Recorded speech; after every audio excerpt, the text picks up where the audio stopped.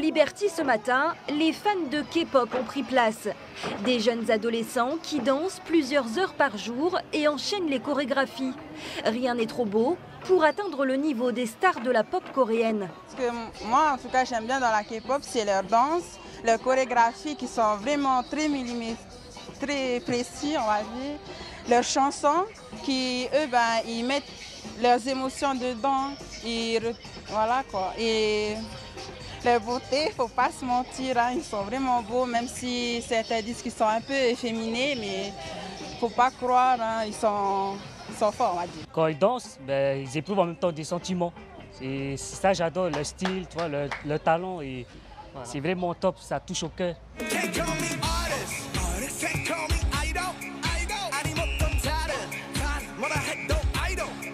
Venue de Corée du Sud, la K-pop propose des groupes de jeunes chanteurs soignés aux chorégraphies huilées. Si des dizaines de groupes envahissent la planète, les BTS est le plus en vogue. Les 7 garçons ont réussi l'exploit de se classer en tête des ventes aux États-Unis.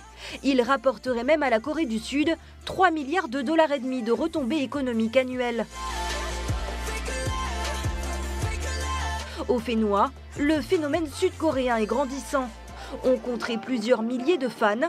Parmi eux, Kahe Alani témoigne de sa passion. La K-pop l'aurait aidé à se sortir des difficultés de la vie. Ça parle beaucoup aussi du côté positif de la vie. Moi, j'ai souvent eu des problèmes et justement, je ne savais pas trop comment m'en sortir. Et quand j'ai commencé à écouter les BTS, c'est là que, en fait, dès qu'ils sortaient une musique, ça parlait justement de mon problème à moi. Comme Not Today, qui veut dire pas aujourd'hui, ça veut dire qu'il ne faut pas lâcher l'affaire, il faut aller de l'avant.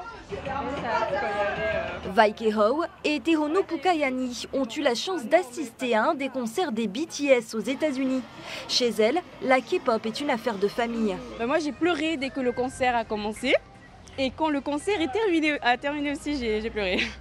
On est fan de drama coréen, ma sœur et moi.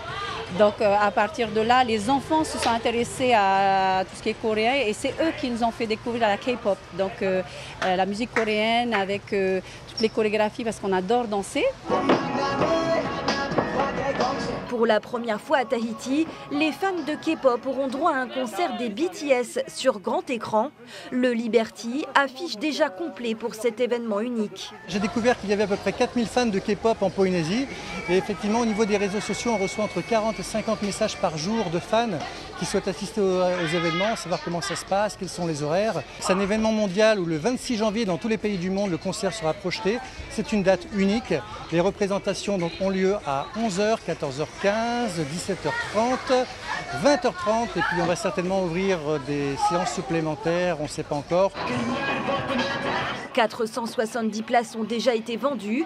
La vague coréenne a aussi envahi Séoul, Paris, Londres ou encore les États-Unis.